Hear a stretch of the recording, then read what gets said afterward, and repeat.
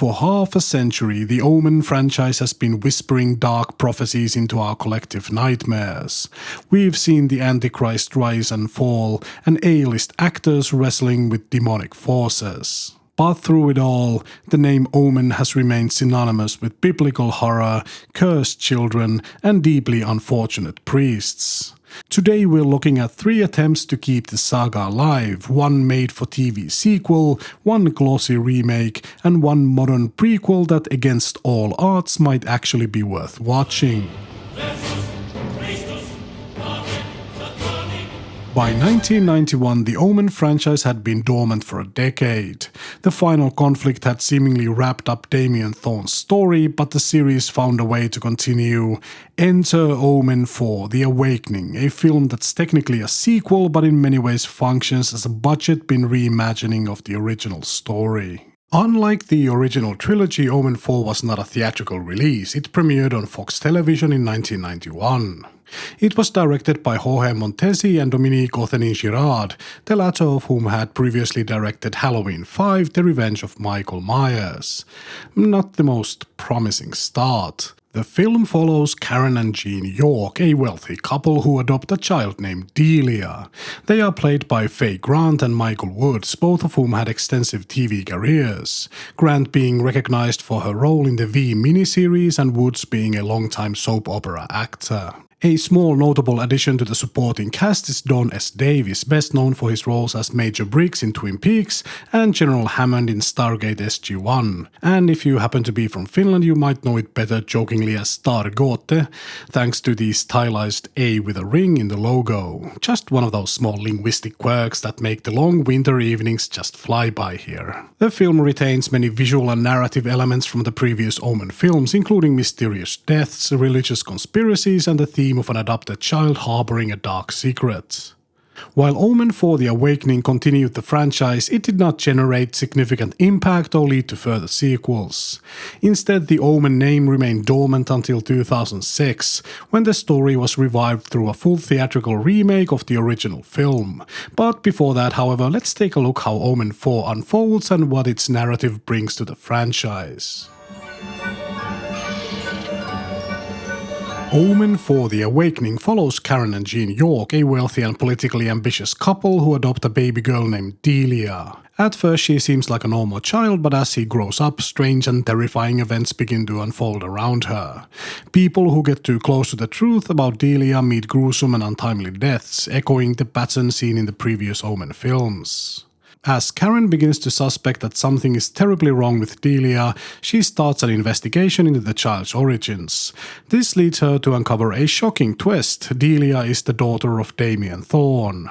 Karen is trapped in a situation beyond her control, and the cycle of evil is set to continue. Despite following the core structure of an Omen movie, adopted child, ominous deaths, and religious conspiracies, and a parent slowly unraveling the horror of their situation, Omen IV The Awakening never quite feels like an Omen movie.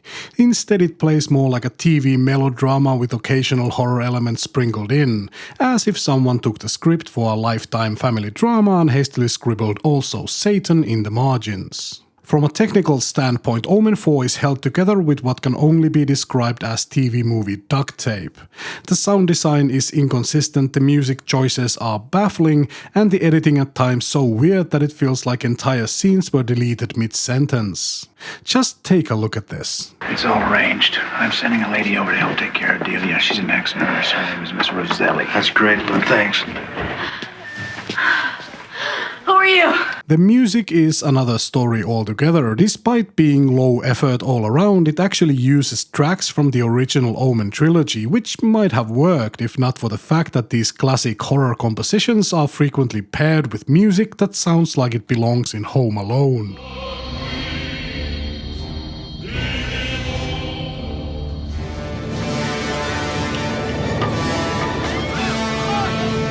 Rome would be nice. Rome.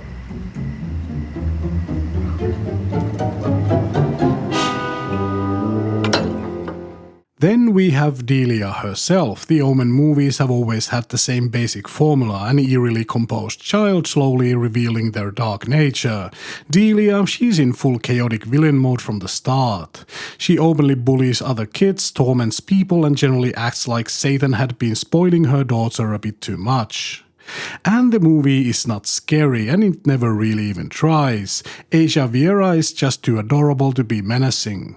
Damien Thorne had a quiet, unsettling presence, but Delia is the Antichrist equivalent of a kid who gets a little too into playing the villain in the school play.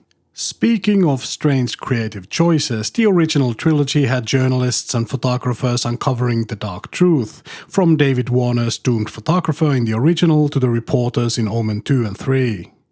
Omen 4, on the other hand, it replaces them with New Age enthusiasts. Yes, New Age spiritualists are now the ones uncovering the Antichrist's secrets, presumably between sessions of crystal healing and chakra realignment. Well, okay, our Antichrist deals with them quickly and we get this private investigator instead.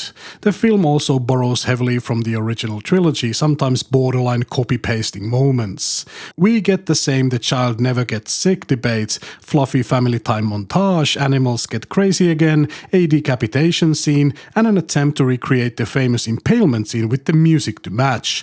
Just take a look at this gem.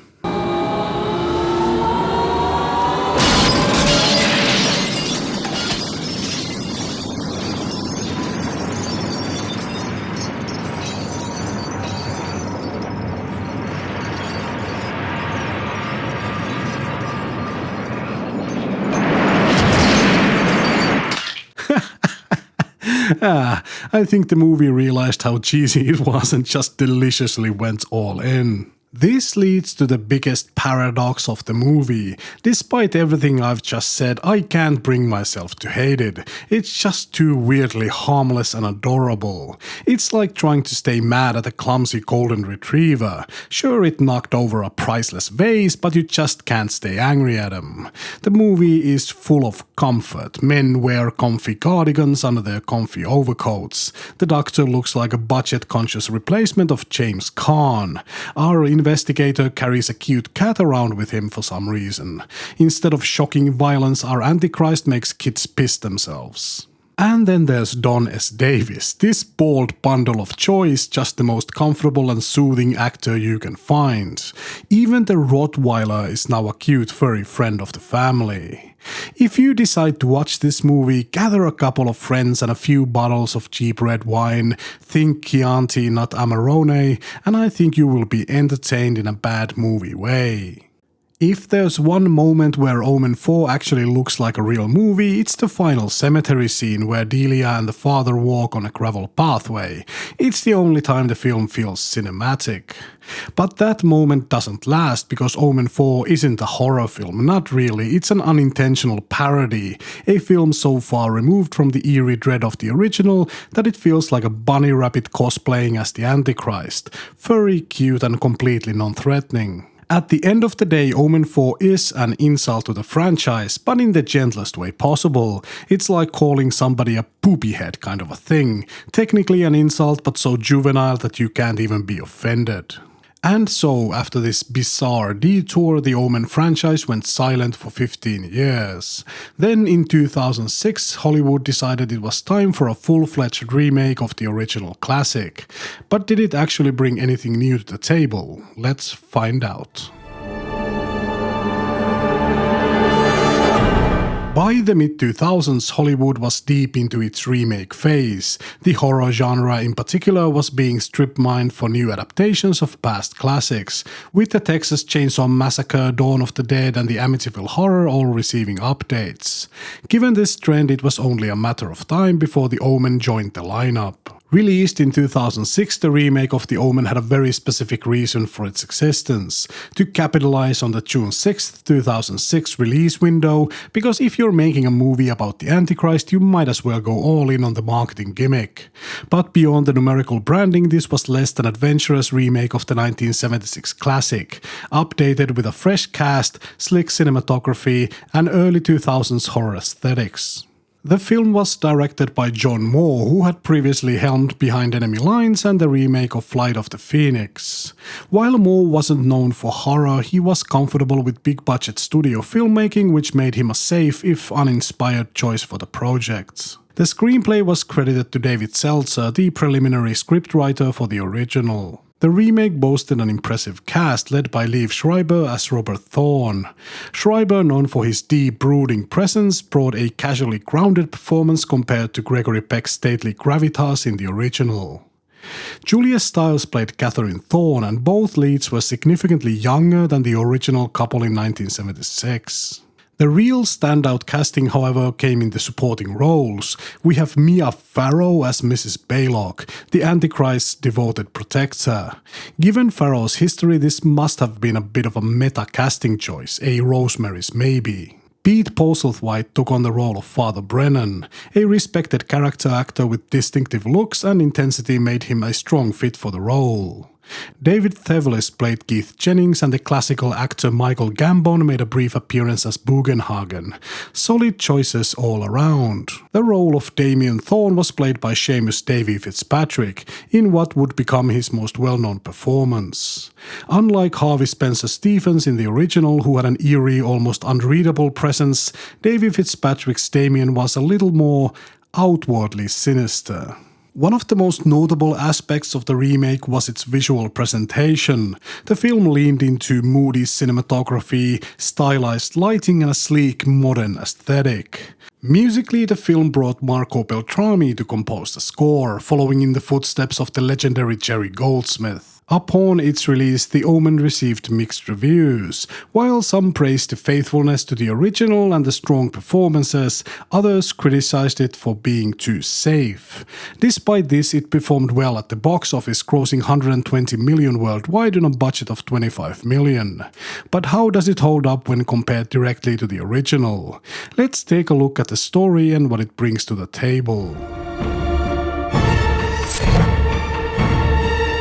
Robert Thorne, a US diplomat stationed in Rome, secretly adopts a baby boy after his wife Catherine unknowingly gives birth to a stillborn child. The boy, Damien, grows up as Thorne's beloved son, but strange and terrifying events soon begin to unfold. A priest, Father Brennan, warns Robert that Damien is not human and that he must act before it's too late.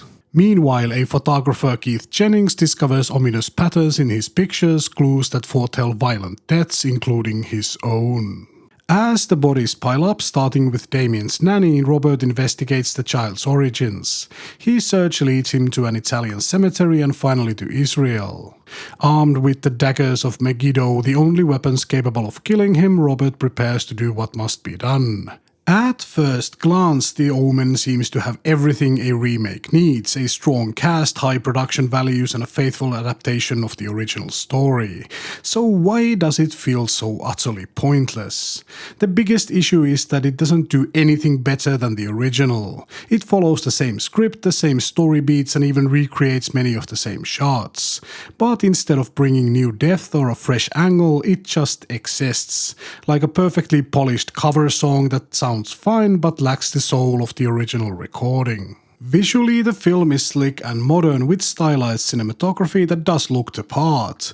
But that's also part of the problem. Where the original had a grounded feel, the remake feels staged and artificial, like it's constantly trying to remind you that you're watching a remake. The movie is also less subtle than the original and leaves less room for the audience to interpret. Modern fixation with jump scares can also be found here, but at least they are executed quite well. Then there's the music. Jerry Goldsmith's Ave Satani was one of the most defining elements of the original. Here, Marco Beltrami's score is serviceable but forgettable, proving that some things just can't be replicated. Taking away the choral chant takes away a huge portion of the atmosphere, just showing how integral the music was for the original movie. And speaking of things that can't be replicated, Liev Schreiber as Robert Thorne. Schreiber is a solid actor, I really like him, and he plays the role with a more down-to-earth approach than Gregory Peck. But while casting him is a good choice, his Thorn is too restrained, too casual, lacking the gravitas and tortured conflict that made Peck's performance so compelling.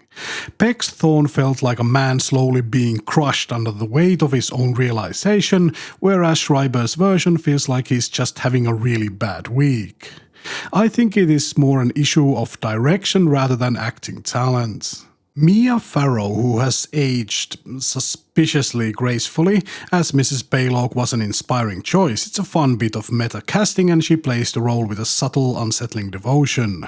I really liked seeing her, and the reimagined scene where she kills Catherine was quite disturbing, despite that weird hypnosis bit. But even with her efforts, Billy Whitelaw's performance just reigns supreme. Postlethwaite as Brennan was also an excellent choice, but then again the bar was just set too high. And another major issue, the atmospheric horror just isn't there. The original film's scares worked because they were rooted in realism, with an ominous slow burn tension that felt eerily plausible. Here the film leans too much into modern horror tropes, favoring stylized dream sequences and overly dramatic set pieces instead of true atmosphere. And then there's the biggest problem of all. If I want to watch The Omen, I will always choose the 1976 version over this. There's just no reason for this version to exist beyond the studio wanting a marketable release date. It's not a bad movie per se, it's competently made, well acted and visually polished, but at the same time it's completely unnecessary. And with that, the Omen franchise once again went silent, until nearly 2 decades later the prequel arrived, attempting to show where it all began. Since the first Omen was just released, I'll be keeping this section shorter than the previous sections, both to avoid spoilers and to sidestep any copyright strikes. For decades, the Omen franchise remained in a state of limbo. After the forgettable 2006 remake, there were rumors of sequels, reboots and a TV adaptation, but nothing really materialized, except a streaming series called Damien that ran for 1 season before being cancelled. I've never seen it and I cannot stream it where I live, so I will give it a pass. Then finally in 2024 we got something new in the form of a prequel called The First Omen. This one was not directed by a veteran Hollywood filmmaker, instead the studio took a fresh approach, handing the reins to Arkasha Stevenson, marking her feature film debut, making it the first Omen film to be directed by a first-time feature director. She filmed it mostly in Rome and also co-wrote the screenplay alongside Tim Smith and Keith Thomas. The cast is led by Nell Tiger-Free, best known for Apple TV's Servants, playing the role of Margaret, a young woman who finds herself drawn into the sinister origins of the Antichrist's rival. The supporting cast includes the Robert Eggers regular Ralph Ineson, Bill Nighy and Sonia Braga. Despite its connection to the Omen franchise, the film was also designed to stand on its own, making it accessible to newcomers while rewarding longtime fans with lore connections. I saw this at the theaters when it premiered and went in completely without research and with very low expectations, and boy was I in for a surprise. This film did not just feel like another lifeless studio cash grab, it actually has a vision. For one, the film looks fantastic. It has a grimy, textured visual style that immediately sets it apart. It leans into slow burn horror, unsettling imagery and disturbing themes, making it feel more psychological and atmospheric rather than just another jump scare fest. Tiger-Free does a commendable job as the protagonist, and it's always lovely to see Ralph Ineson in a horror movie. The man could read a grocery list and make it sound like an apocalyptic prophecy. That said, the ending might be divisive, especially for fans like me hoping for a direct, single-serving, clean tie into the original Omen. Instead of fully sealing the story back into the first film, it leaves room for more, in somewhat a forced manner. Whether that's a good or bad thing depends on how much faith you have in modern horror franchises. But overall, while not an instant classic, The First Omen is far better than it had any right to be. It's competent, well directed and actually brings something fresh to the series, a rarity for horror prequels. Arkasha Stevenson did a great job with this one and I'm thrilled to see what she does next. Where the 2006 remake failed to justify its existence, this film actually feels it has a place in this world. And if nothing else, it proves that after 50 years, the Omen franchise still has a few tricks left up its sleeve. So after all these movies, what have we learned? That not all Omen sequels are created as equals. That remakes need a reason to exist beyond a catchy release date. And that apparently if you wait long enough, even the Antichrist will get a decent prequel. Please like and subscribe and do the other cliches, and I will be back sometime with something else.